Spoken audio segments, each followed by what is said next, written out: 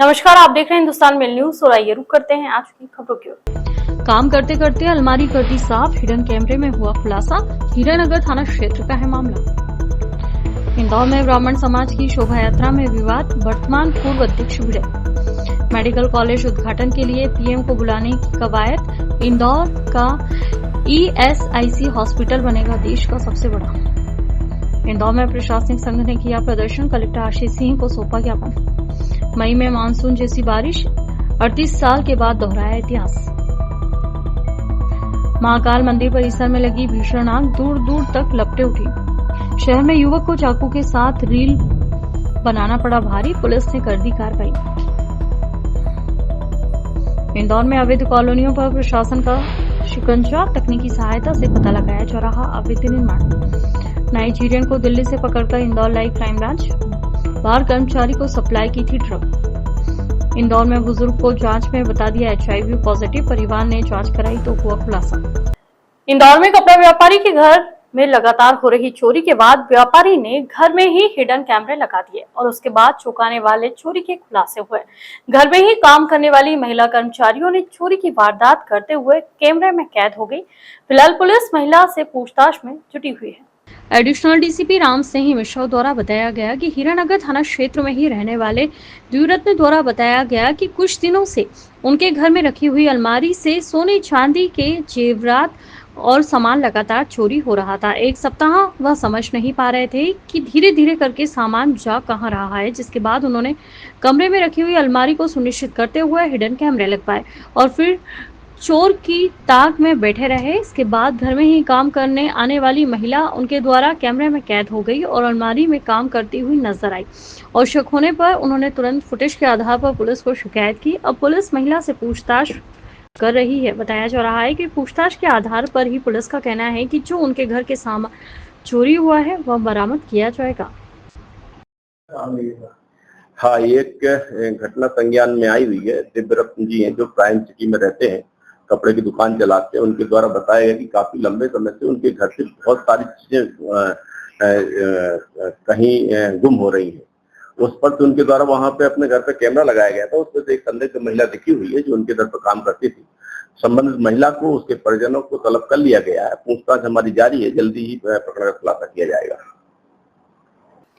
इंदौर में रविवार को ब्राह्मण समाज की शोभा यात्रा के दौरान विवाद हो गया। यात्रा में दो गुट के बीच मंच पर न जाने को लेकर झगड़ा हुआ, जिसके बाद करणी सेना के प्रदेश सचिव प्रमोद सिंह उर्फ संजू झाला ने तलवार निकाल ली, जिसका वीडियो भी सोशल मीडिया पर वायरल हुआ। पूर्वी इलाकों के अध्यक्ष राकेश जोशी के नेतृत्व में निकाली यात्रा में करीब 1,500 लोग शामिल थे।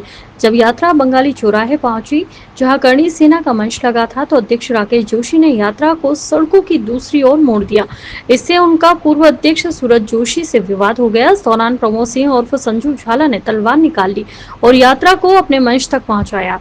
पूर्व विधायक संजय शुक्ला और वर्तमान विधायक गोलू शुक्ला को बीच बचाव करने के लिए आना पड़ा। पुलिस जवान भी मूक दर्शक बने रहे। प्रमोद उर्फ संजू झाला ने बताया कि उन्होंने असामाजिक तत्वों को हटाने के लिए तलवार का सहारा लिया, जो यात्रा को उनके मंच तक नहीं आने दे रहे थे। प्रमोद उर्फ संजू झाला पूर्व में विधायक महेंद्र हाडिया के सामने चुनाव में प्रत्याशी बन खड़े हुए थे, जिसके बाद में समझौता कर उन्होंने अपना नाम वापस लिया था। इंदौर में स्थित ईएसआईसी हॉस्पिटल नंदानगर में अब मेडिकल कॉलेज की सभी तैयारियां पूरी हो चुकी है। इसके साथ ही अस्पताल को 200 अतिरिक्त बेड्स की मंजूरी मिल चुकी है, जिससे इसकी कुल क्षमता 500 बेड्स तक पहुंच जाएगी। इसके बाद यह देश का सबसे बड़ा ईएसआईसी हॉस्पिटल बन जाएगा। सांसद लालवानी ने बताया कि प्रारंभिक में 300 बेड्स की स्वीकृति मिली थी, लेकिन इंदौर की बढ़ती जनसंख्या और क्षेत्रीय विस्तार को देखते हुए मंत्रालय ने 200 अतिरिक्त बेड्स की स्वीकृति दी है। इस हॉस्पिटल में मेडिकल शिक्षा और स्वास्थ्य सेवाओं को बेहतर बनाने के लिए कई कदम उठाए जा रहे हैं। यह कदम सरकारी मेडिकल कॉलेजों की सीटों की बढ़ती हुई मांग को पूरा करने में भी मदद करेगा। जबलपुर में ईओडब्ल्यू द्वारा रिश्वत लेने के आरोप में पटवारी और तहसीलदार को रिश्वत लेते हुए गिरफ्तार किया था। इसके बाद इनके खिलाफ एफआईआर भी दर्ज कराई गई थी। इस मामले को लेकर प्रदेश भर में प्रशासनिक अधिकारी संघ और पटवारी संघ के द्वारा विरोध प्रदर्शन किया जा रहा है। इंदौर में भी राजस्व अधिकारी और प्रशासनिक संघ के द्वारा प्रदर्शन करते हुए कलेक्टर आशीष सिंह को एक ज्ञापन सौंपा गया है। संगठन के सदस्यों ने ज्ञापन के माध्यम से मांग की है कि किसी भी प्रशासनिक अधिकारी पर केस दर्ज करने से पहले जांच की जाए। सर्वे नंबर होता तो उन्होंने खाता नंबर पकड़ने का आपने 17 नंबर के खाता नंबर पर नाम सर्वे नंबर पूछ रहा था, नामांकन सर्वे नंबर पे होता, उन्होंने खाता नंबर देख के उसके आधार पे और जांच की शिकायत सही पाए जाने के बाद ही किसी भी तरह की कोई कार्रवाई की जाए। जांच में पूर्व FIR दर्ज करने से प्रशासनिक अधिकारी के सम्मान पर असर पड़ता है, साथ ही उसे नौकरी में भी काफी परेशानी का सामना करना पड़ता है। सर ज्ञापन दिया था राजस्व अधिकारी प्रशासनिक संघ कनिष्ठ सेवा द्वारा आज जबलपुर में जो तहसीलदार और पटवारी और अन्य लोगों के विरुद्ध एक मृतक नामांतरण को लेकर के EOW में प्राथमिकी दर्ज की गई है, उसके विरोध स्वरूप जो है राजस्व निरीक्षक प्रशासनिक संघ अधिकारी संघ द्वारा ज्ञापन दिया गया है और इसमें पटवारी संघ भी उनके साथ है और राजस्व निरीक्षक संघ भी उनकी मांगों का नैतिक समर्थन करता है। प्राय देखा गया है कि राजस्व के मामलों में जो भी संस्थाएं हैं, EOW हो या लोकायुक्त है, वो अगर कोई भी राजस्व के अधिकारियों के विरुद्ध कोई भी कार्य करती है तो उसमें एक राजस्व के विशेषज्ञ को जरूर रखे। कोई भारतीय प्रशासनिक सेवा का हो सकता है या राज्य प्रशासनिक सेवा का कोई भी अधिकारी जो उसकी व्यवस्थित, चूँकि उस मामलों का विशेषज्ञ है, अगर वो उसकी जांच करे और उसके बाद ही FIR दर्ज हो तो उससे सभी जो राजस्व अमला है, क्योंकि पटवारी से लेकर राजस्व निरीक्षक कलेक्टर तक इवन हम लोग 24 घंटे शासन के हित के कार्य करते हैं और अगर हमारे विरुद्ध बिना किसी जांच के इस प्रकार की प्राथमिकी दर्ज की जाएगी तो कहीं ना कहीं हम लोगों का सभी का मनोबल टूटेगा और हम शासन हित में कोई भी कार्य करने में हिचकेंगे या डरेंगे। तो ये हमारी मांग है कि कोई भी कार्रवाई निश्चित रूप से अगर कोई दोषी है तो उसके विरुद्ध व्यवस्थित विधिवत जांच की जाए, उसमें राजस्व विशेषज्ञों की रिपोर्ट ली जाए, उसके पश्चात ही कोई भी कार्रवाई या प्राथमिकी दर्ज की जाए। यही हम लोगों की मांग है। धन्यवाद। मनीष यादव, जिला अध्यक्ष राजस्व निरीक्षक संघ। इंदौर में इस बार मई के पहले हफ्ते को मौसम बदला और पूरे शहर में जोरदार बारिश हुई और कुछ स्थानों पर ओले भी गिरे। इससे लोगों को गर्मी से तात्कालिक राहत जरूर मिली, लेकिन अब उमस और गर्मी का एहसास है। बता दें, इंदौर में 38 साल पहले मई माह में 4.25 इंच बारिश हुई थी। इसी साल में एक दिन में सबसे ज्यादा बारिश 29 मई को 4 इंच बारिश हुई थी। ऐसे ही मई में 2023 में पूरे माह 3 इंच बारिश रिकॉर्ड की गई थी, जो कि 10 सालों में ज्यादा है, लेकिन इस बार कई सालों का रिकॉर्ड तोड़ दिया। दरअसल रविवार को सुबह हल्की बारिश हुई थी, लेकिन दोपहर 3 से 5:30 बजे तक जमकर पानी बरसा। शहर के हालात ऐसे हो गए कि अगस्त सितंबर माह का हो। महज 2.5 घंटों में 69.8 इंच बारिश रिकॉर्ड की गई, जबकि देर रात तक अलग अलग हिस्सों में रिमझिम बूंदाबांदी जारी थी। उज्जैन के विश्व प्रसिद्ध बाबा महाकालेश्वर मंदिर के शंखद्वार के ऊपरी हिस्से में भीषण आग लग गई, जिससे आसपास के इलाके में अफरा तफरी मच गई। आग की लपटें और धुआं करीब 1 किलोमीटर दूर से भी दिखाई दे रहा था। घटना की सूचना मिलते ही दमकल की 3 गाड़ियां तुरंत मौके पर पहुंच गई और आग पर काबू पाने की कोशिश शुरू कर दी गई।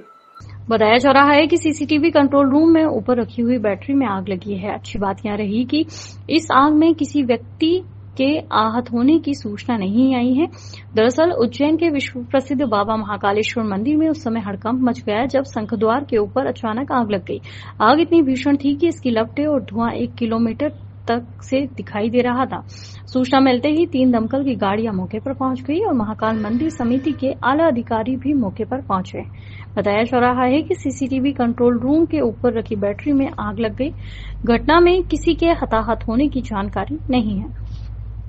इंदौर में सोशल मीडिया पर युवाओं के द्वारा फॉलोअर बढ़ाने और अपनी धाक बनाने के लिए कई बार अपराधी जगत से जुड़ी हुई वीडियो भी अपलोड कर देते हैं, जिसमें धारदार हथियार शामिल है और किसी पर FIR दर्ज कर पुलिस ने एक युवक को गिरफ्तार किया है। तुकोगंज पुलिस के द्वारा बताया गया कि सोशल मीडिया मॉनिटरिंग सेल के द्वारा जानकारी में आया था कि एक युवक के द्वारा धारदार चाकू के साथ सोशल मीडिया पर एक रील अपलोड की गई है, जो कि एक तरह का अपराध है जिससे भय उत्पन्न होता है और इसी के तहत वीडियो की सत्यता की जांच पड़ताल करते हुए पुलिस द्वारा पंचम की फॉल में रहने वाले रोहित और बाला नामक व्यक्ति को पकड़ा गया और उसके पास से धारदार चाकू भी बरामद किया गया। फिलहाल उस पर आर्म्स एक्ट के तहत प्रकरण दर्ज किया गया है।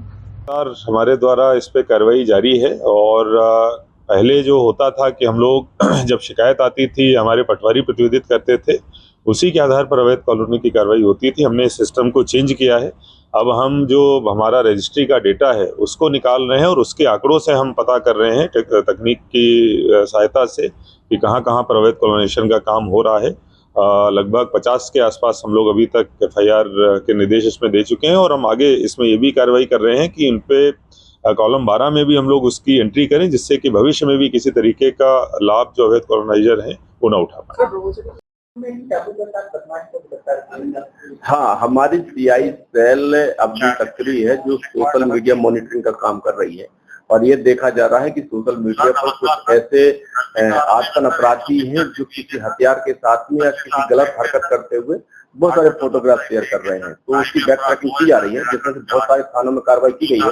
ठीक इसी प्रकार थाना चुकोगंज में भी एक जो रोहित उर्फ बाला पिता बाबूराव नायक है, पंचम का फैल का रहने वाला है, जिसके पास सोशल मीडिया में चाकू के साथ अपनी फोटो डाली गई थी, उसको ट्रेस किया गया था, जिसके पास से धारदार हथियार मिला हुआ है, जिसमें प्राथमिकी दर्ज कर ली गई है। उसके साथीदारों की तलाश की जा रही, जो फोटो में दिख रहे हैं। जितने भी ऐसे संदिग्ध व्यक्ति हैं उनके खिलाफ कार्रवाई के लिए हमारी टीमें कार्रवाइयां कर रही है। जिले में अवैध कॉलोनियों और निर्माण के खिलाफ प्रशासन ने सख्ती बढ़ा दी है। कलेक्टर आशीष सिंह ने बताया कि अब परंपरागत तरीकों के बजाय तकनीकी विश्लेषण के आधार पर कार्रवाई की जा रही है। कलेक्टर सिंह ने बताया कि पूर्व में अवैध कॉलोनियों की शिकायतों पर कार्रवाई केवल पटवारी के प्रतिवेदन के आधार पर की जाती थी, लेकिन अब इस प्रक्रिया में बदलाव करते हुए प्रशासन रजिस्ट्री के डेटा का विश्लेषण कर रहा है और तकनीकी सहायता के बाद यह पता लगाया जा रहा है कि कहां अवैध निर्माण हो रहे हैं। उन्होंने बताया कि इस प्रक्रिया के तहत अब तक 50 से अधिक FIR दर्ज की जा चुकी है। इसके अलावा कलम 12 में भी संबंधित जानकारी दर्ज की जा रही है, जिससे भविष्य में अवैध कॉलोनियों के डेवलपर्स किसी भी प्रकार का लाभ न उठा सके। यह कार्रवाई आगे भी जारी रहेगी और प्रशासन की प्राथमिकता है कि शहर और अवैध कॉलोनियों पर पूरी तरह से रोक लगाई जाए।